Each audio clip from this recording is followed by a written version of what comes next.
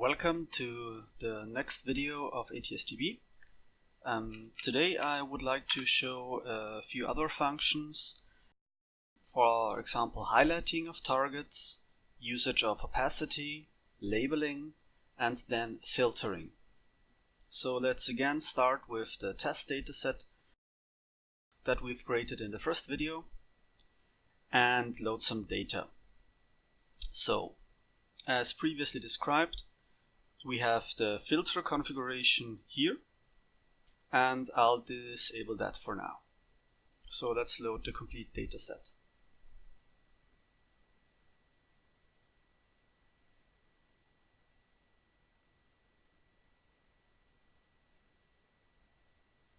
And we are done. So let's first dive into labeling and highlighting. We have the ATSDB data shown here. It has been grouped by target address, and we are using the height to show a 3D representation. Now the first thing that I would like to show is the labeling by pressing the control button and then left clicking on a symbol shows the label.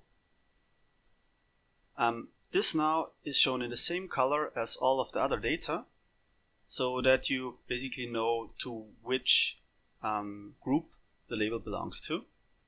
Let's change the color of that group to make it more visible.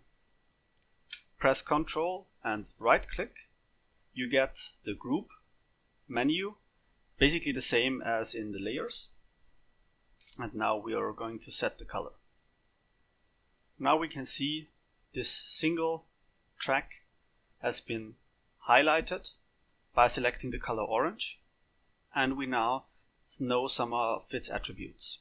So the label content can be configured using this button here, but currently it shows the call sign that is used, the data source, in this case 0, the record number, the unique ID from the database, the target address in hexadecimal, and the time of day. Okay. Now, to highlight this even more, we could use opacity. To use opacity, for all geometry, I will set the opacity to, for example, 80%. Okay. Now, everything is drawn at lesser brightness, you could say, than before. And now for this single group that I want to show, I set the opacity to 0%. To make the effect even stronger, I would also recommend turning on the depth check.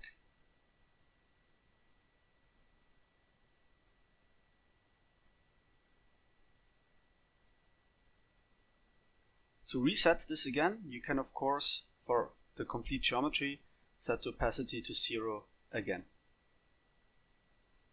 Using this technique, you can evaluate the trajectory of a target and just put the data surrounding it at a lesser intensity. This is especially recommended if you, for example, want to display two targets in relation to each other within the cloud of others. We can, of course, do this for another trail, put this at another color, as many as you like. Please be aware that once you hit the reload button, this information is not persisted, so you lose the coloring and the labels.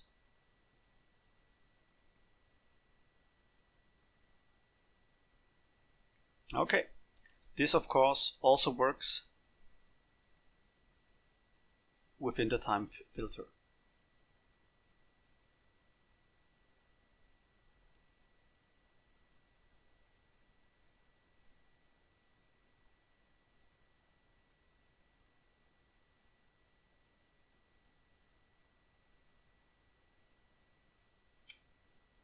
I'll add a few labels. As I've said, the label has always the same color as the trail itself. So if you choose, for example, a different color for all, the labels also will change their color.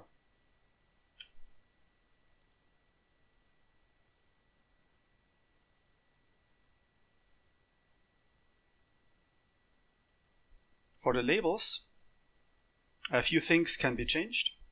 They can be cleared, so all of the labels are removed. The background color can be set. For example, if you would like to have a different background color, for example, let's use white. You can get that, and the labels change their representation on the fly. The same goes if you edit some. We are now in the database object ATSDB, and now we want to show, for example, less information. The way this works is all of the database variables that exist are shown here, and you can select whether you want to show them with a prefix and a suffix. So here we have the call sign, for example, and you can change this and the label change automatically. You may have noted that the target address does not have a space in the prefix, so let's change that. Here's the target address. Let's add a space and press enter. Now you have the target address space in between. Okay. Now let's dive into the database filtering itself. What we have been showing now are a few display options that you have to highlight specific targets, but what you may want to do is to filter out, for example, a specific target address or a position filter or something like that. So let's return to a more standard view, disable the depth check again, and remove all labels. Okay, let's start with the data sources filter. You can select which databases, data sources are loaded from the database. In this case, we only have one, so it doesn't make sense to choose any other. You have the position filter, which gives basically a rectangle of latitude and longitude. I'll disable the time of day filter for now. Check the use filters checkbox, and now trigger a load again. Now you can see the representation has changed back to the default. Unfortunately, this is currently the case. This will be extended in the near future.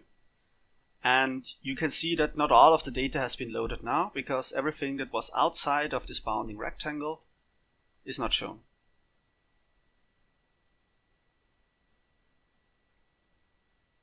Okay. So for example, for the time of day, we have 1 hour of data here. And now let's limit that to only load half an hour. Trigger again a load. And we're done. And you can see in the OSG view, in the representation, you have only half an hour of data now.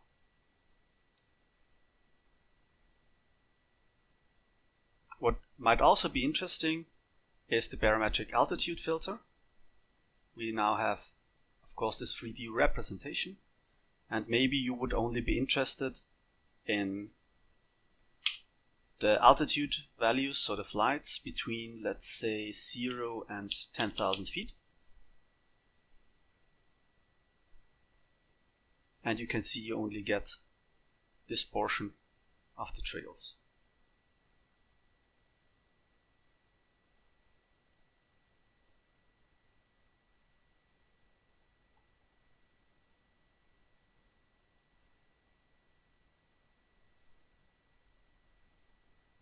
So far so good. Let's, for example, say we have identified a single target that we want to take a look at. We activate a label to find out its target address. So let's disable all of the filters again and enable the target address filters. Whenever there is an in, it means that you can enter a comma separated list. So let's say we have 3C66BO, and just for fun, let's add an additional one. comma 4CAF B3. Okay, all of the other filters are disabled. Let's trigger load again. And we have exactly these flat trails. Now maybe we would like to compare them. So let's say for one of the groups, we would change the color to a different one. And we can inspect them in more detail. Other filters might be added using the Add Filter button, but we will discontinue the video for now and leave that for another time. Thank you for your interest.